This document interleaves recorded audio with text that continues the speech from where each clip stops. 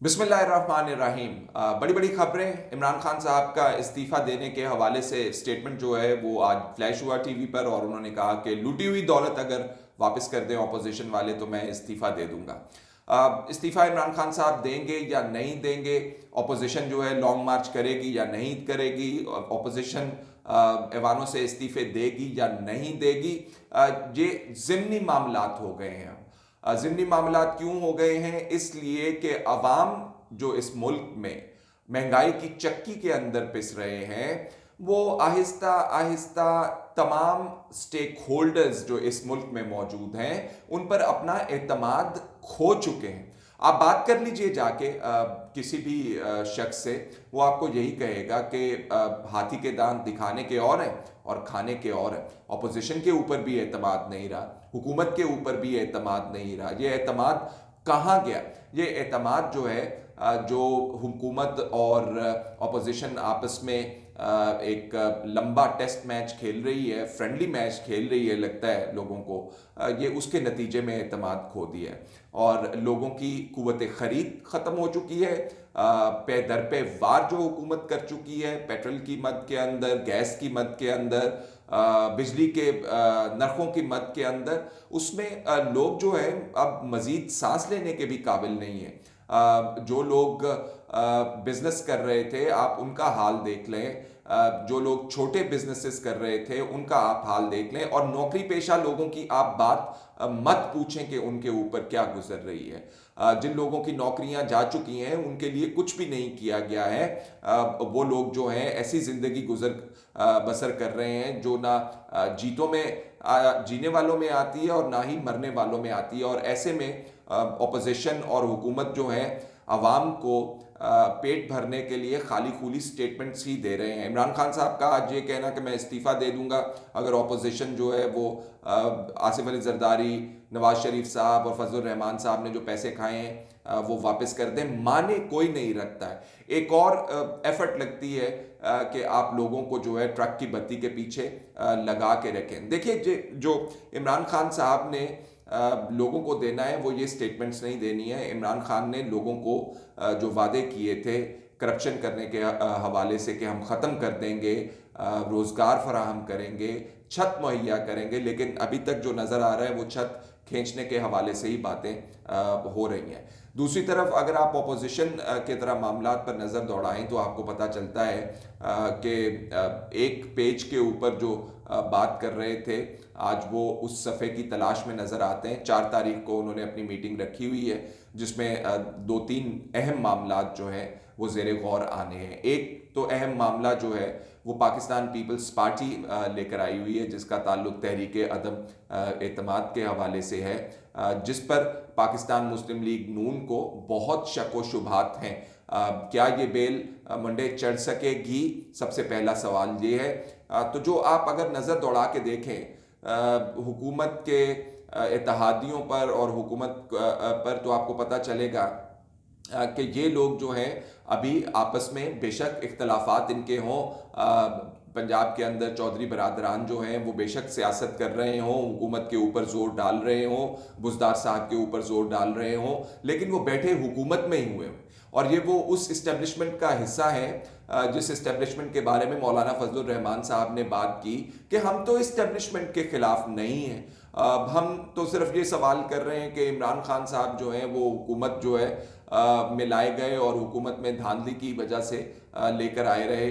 तो फजल रहमान साहब का भी बयानिया जो है उसको आपने देखा, वो मध्यम पड़ता हुआ नज़र आता है। दूसरी तरफ पीपल्स पार्टी और मुस्लिम लीग नून के आपस में मामलात जो हैं वो तय होते हुए नज़र नहीं आ रहे।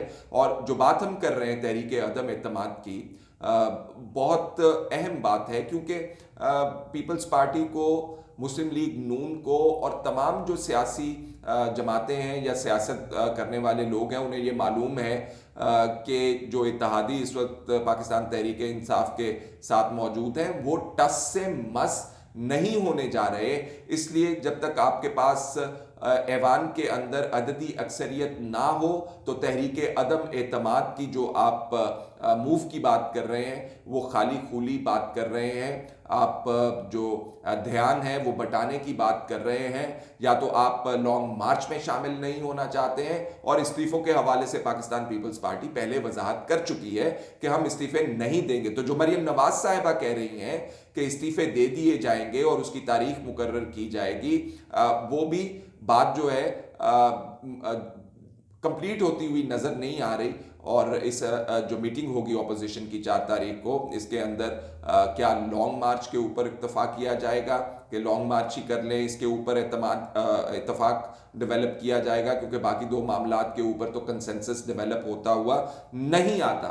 अगर आप लॉन्ग मार्च के ऊपर कंसेंसस डेवलप करने जा रहे हैं तो ये बात याद रखिए कि जो आज इमरान खान साहब इंडिकेट कर रहे हैं इस्तीफे की, उन्होंने बात कर डाली अपने, और साथ साथ उन्होंने कहा कि ऑपोजिशन तो बिल्कुल लोग इकट्ठा ही नहीं कर पाई। आपको इलेक्शन कमीशन ऑफ पाकिस्तान के सामने अपना एहतजाज याद होगा।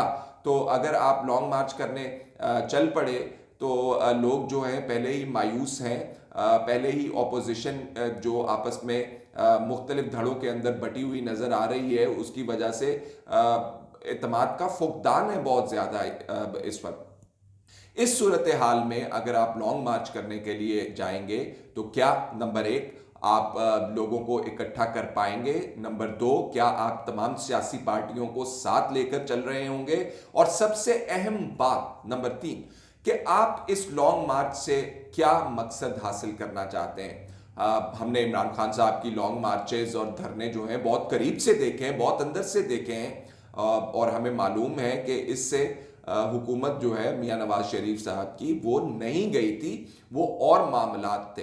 तो जब बिलावल भुट्टो जरदारी साहब बात कर रहे होते हैं और कह रहे होते हैं कि हम आइन और कानून के मुताबिक चीज़ों को आगे लेकर बढ़ेंगे, उनका इशारा इसी तरफ होता है कि इन मामलात से हुकूमत घर जाने वाली नहीं है। तो ऑपोजिशन के पल्ले जो है इस वक्त को ख़ास चीज़ नज़र नहीं आ रही है जिस पर वो इत्तफाक राय जो है डेवलप करें और अपनी तहरीक को आगे बढ़ा सकें। इसलिए इमरान खान साहब जो हैं आपको आज ऑपोजिशन को ललकारते हुए नज़र आते हैं, और साथ साथ लोगों को वो फॉडर होता है ना जी, चारा भी देना होता है लोगों को कि कुछ तो जुगाली कर लें, कुछ तो हमने अभी कीमतें बढ़ाई हैं, लोग महंगाई की चक्की के अंदर पिस रहे हैं, तो इन्हें खाने खूने के लिए कोई और चीज़ देंगे। टेलीफोनिक जो रिकॉर्ड की गई कॉन्वर्सेशन प्राइम मिनिस्टर की जो एयर हुई, आपने सबने देखा होगा कि उसके अंदर रिकॉर्डेड आप कॉन्वर्सेशंस चला रहे थे और अपने मर्जी के सवालात और जवाबात आप देख रहे थे।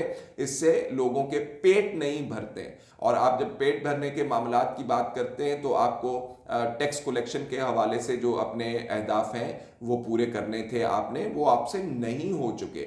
आपने रिपोर्ट्स तफ्तीश करवा ली, इन्वेस्टिगेशन करवा ली, इंक्वायरी करवा ली, चीनी के मामले में करवा ली कि जी ये प्राइसेस क्यों एस्केलेट होती जा रही हैं, लेकिन फॉलो अप आप कुछ भी नहीं कर सके उसका। जहांगीर तरीन साहब को आप हाथ भी नहीं लगा सके, और आपकी पार्टी वाले कह रहे हैं कि जहांगीर तरीन साहब को वापस ले आए क्योंकि सेनेट का इलेक्शन आ रहा है, उसके अंदर बहुत ज्यादा पैसे चलते हैं, तो जहांगीर तरीन साहब के पास पैसों की तो कमी नहीं है। जहांगीर तरीन साहब जिस तरीके से पैसे कमाते हैं, आइंदा आने वाले दिनों के अंदर हम आपके वो भी गोश गुजार करेंगे। होशरुबा उनके हवाले से खबरें हैं, जहांगीर तरीन साहब के हवाले से जिस तरीकों से उन्होंने पैसे कमाए हुए। तो ऐसे निज़ाम के अंदर जहां लोगों को ना हुकूमत पर एतमाद बाकी रहा हो, ना ऑपोजिशन पर एतमाद बाकी रहा हो, इसमें क्या हो सकता है?